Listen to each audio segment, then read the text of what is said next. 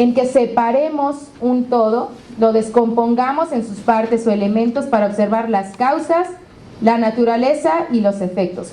Por eso es que justamente un laboratorio pues va a tener como referencia métodos analíticos, los ideales o los convenientes para las matrices que estemos trabajando, ya sea un suelo, ya sea un agua potable o un agua residual, no tienen las mismas características. Entonces vamos a hacer la selección de esos métodos analíticos. Muchos están mencionados en normas oficiales mexicanas, muchos en criterios internacionales cuando hay ausencia de dichas metodologías en la normatividad nacional, pero no implica que no lo tengamos que realizar. Las normas oficiales, la NOM 147 y la 138, también hacen referencia a esos métodos analíticos. De hecho, en los anexos de ambas normas es que se desglosan las metodologías que hay que seguir para realizar esas determinaciones. En el caso de la norma 138, la vigente, reitero, todavía hace referencias a metodología CEPA. En un futuro, pues ya ayer observábamos que las normas oficiales van a referir a métodos ya mexicanos establecidos en NMX. La siguiente, por favor. Otra definición que encontraremos en las normas oficiales mexicanas es ¿qué es un laboratorio de pruebas? Porque las normas nos dicen que tendremos que hacer los análisis de las muestras que colectemos resultado de un proceso de caracterización o de remediación a través de un laboratorio de pruebas acreditado. Es aquel que cuenta con métodos acreditados y aprobados conforme a lo establecido en la Ley Federal sobre Metrología y Normalización. En México, ayer también mencionábamos que existe la Entidad Mexicana de Acreditación. Es la única que puede otorgar esa acreditación a los laboratorios de ensayo, que nos basamos en una norma mexicana que es la 17025, es específica para este tipo de laboratorios. Hay otras normas que van a regular a otro tipo de laboratorios que no solo sean de ensayos y pruebas. Y bueno, pues va a ser un aspecto muy importante porque pues va a ser un laboratorio de este tipo el que realmente acredite o confirme que esos resultados son confiables, que se pueden utilizar para la toma de decisiones e incluso en aspectos legales.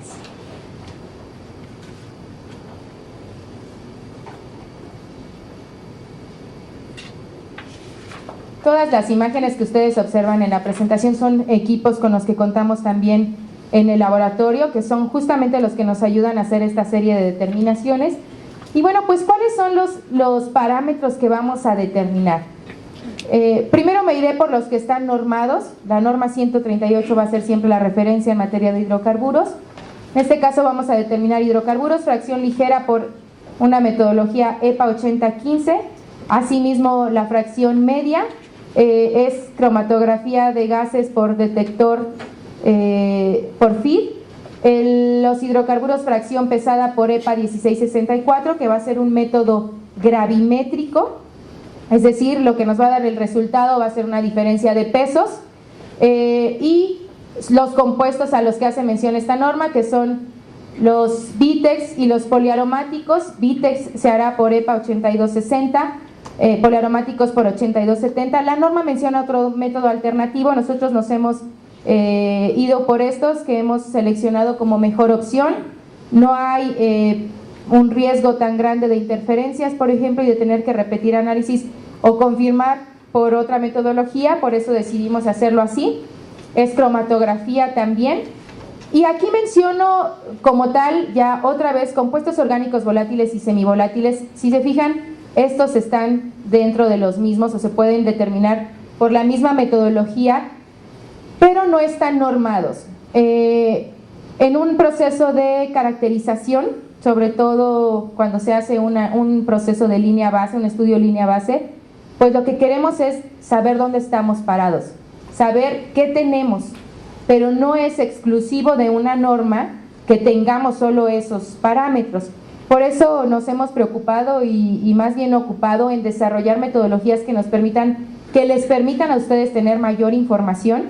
Y hemos desarrollado corridas, por ejemplo, de 45 compuestos orgánicos volátiles y 65 semivolátiles. Estos a determinar cuantitativamente, sin embargo, cualitativamente podríamos hacerle la determinación de los picos que encontrásemos. Hemos desarrollado proyectos por el estilo, en donde a lo mejor se encuentran identificados y podemos cuantificar solo algunos de los que marca la corrida. Hacemos la identificación de los siguientes que están presentes. Una vez que identificamos cuáles son, conseguimos el estándar y podemos ya entonces analizar muestras donde sí vamos a determinar ya concentraciones. Eso va a ser básico para ustedes, para quienes realizan esos procesos de caracterización, que pues obviamente va a ser una herramienta con la que ustedes tomarán decisiones, y a lo largo de todo el proceso pues los análisis va a ser eso, es una herramienta realmente sólida que nos ayude a decidir si continuamos de inicio, si un sitio está impactado negativamente o no, si continuamos con un proceso de remediación, en qué concentraciones teníamos al contaminante, ya en ese proceso cómo va avanzando, qué eficiencia observamos de nuestro proceso, y al final pues ya para liberar un sitio, para que comprobemos a la autoridad y la autoridad realmente confirme que ese sitio está dentro de las características o de los límites máximos permisibles o de los límites marcados por un estudio de riesgo. ¿Qué otras pruebas determinamos? Pues ya mencionábamos que hay que determinar la humedad para poder reportar en base seca nuestros resultados. También podemos hacer determinaciones de pesticidas, de herbicidas, ya sean clorados u organofosforados por diferentes metodologías también cromatográficas. Estos son los métodos de referencia para pesticidas, EPA 8081, para herbicidas el 8321. Los famosos bifenilos policlorados o ascareles, para los que también existe una norma en México, la norma oficial mexicana 133, cuyos máximos son 50 partes por millón, por ejemplo, de este tipo de compuestos. Se va a hacer también por EPA 8082. Podemos determinar metales pesados. Antes de que saliera publicada la norma 147, en esos estudios de caracterización, pues se hacía la determinación de metales pesados. No había una norma, sin embargo, las empresas se preocupaban y nos pedían las determinaciones de dichas metodologías. Utilizábamos criterios internacionales. Habría paquetes de metales como eran los Priority Pollutant Metals, por ejemplo, y las metodologías son EPA 6010, EPA 7000 o EPA 6020. El EPA 6020 es utilizado comúnmente porque es ICP masas para la determinación de trazas, sobre todo en aguas. Ese no va a ser un método útil en suelo. La selección de los métodos, ¿de qué va a depender? Pues primero de qué nos dicen las normas oficiales o qué nos dicen los criterios para hacer ciertas determinaciones.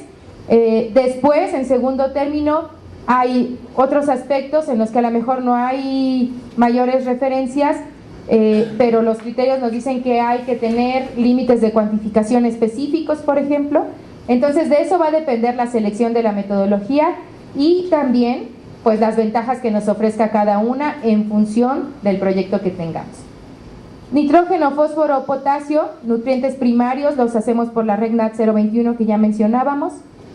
Características físico-químicas del suelo, como puede ser la densidad aparente, el contenido de materia orgánica, la textura, la porosidad, la determinación de cuenta en placa, es decir, la carga bacteriana va a ser muy importante también en procesos de remediación en donde utilicemos la microbiología, la conductividad del sitio también, del suelo, para todos los procesos de remediación que estemos siguiendo.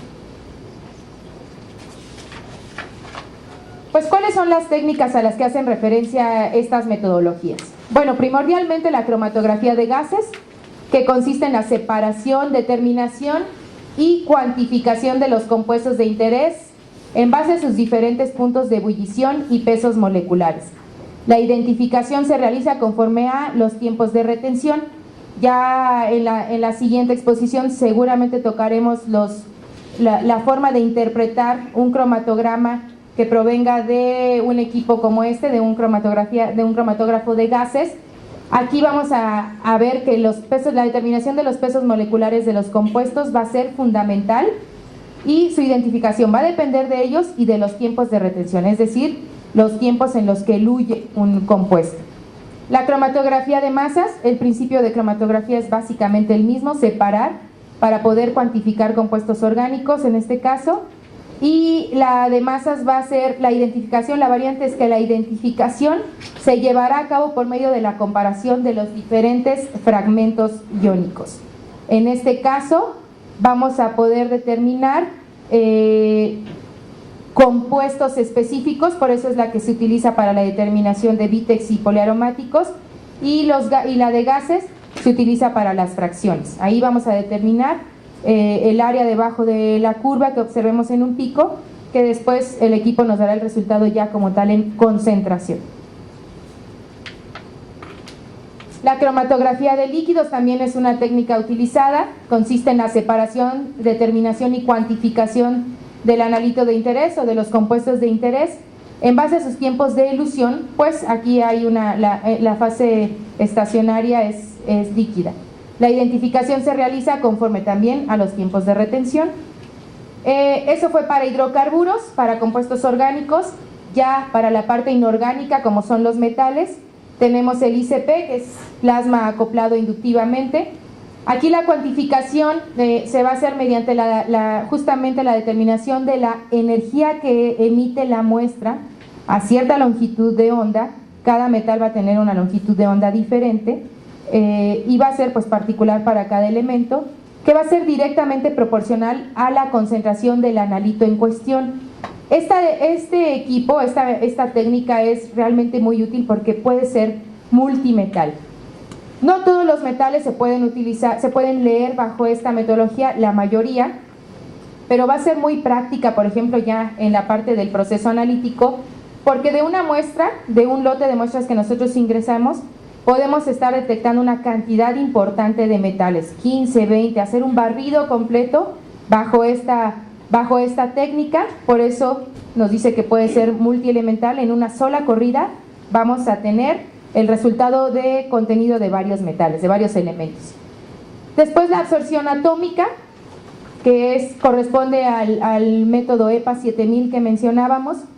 La cuantificación, contrario al ICP, va a ser midiendo la energía absorbida por la muestra. También vamos a depender de la longitud de onda del metal, que es directamente proporcional a la concentración del analito en cuestión. La cuantificación es por elemento.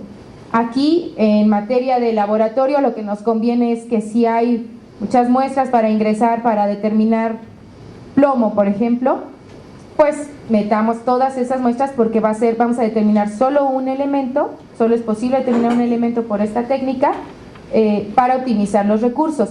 Pero reitero, no va a depender tanto de lo que nosotros operativamente podamos ofrecer o nos convenga para utilizar mejor los recursos. Va a depender de las metodologías que nos dice una norma a la que nos tengamos que apegar. Gravimetría, ya en el área de química húmeda o de química general que observábamos, pues va a ser la cuantificación del analito mediante la diferencia de pesos. Esta determinación es la que se utiliza en el EPA 1664 para determinar hidrocarburos fracción pesada, que son los mayores a 28 carbonos. Otra de las técnicas generales es la titulometría. La determinación y cuantificación del analito se hace mediante el registro de volúmenes gastados de las soluciones titulantes y conservando el registro del cambio de color. Volúmenes que se da el vire en la muestra.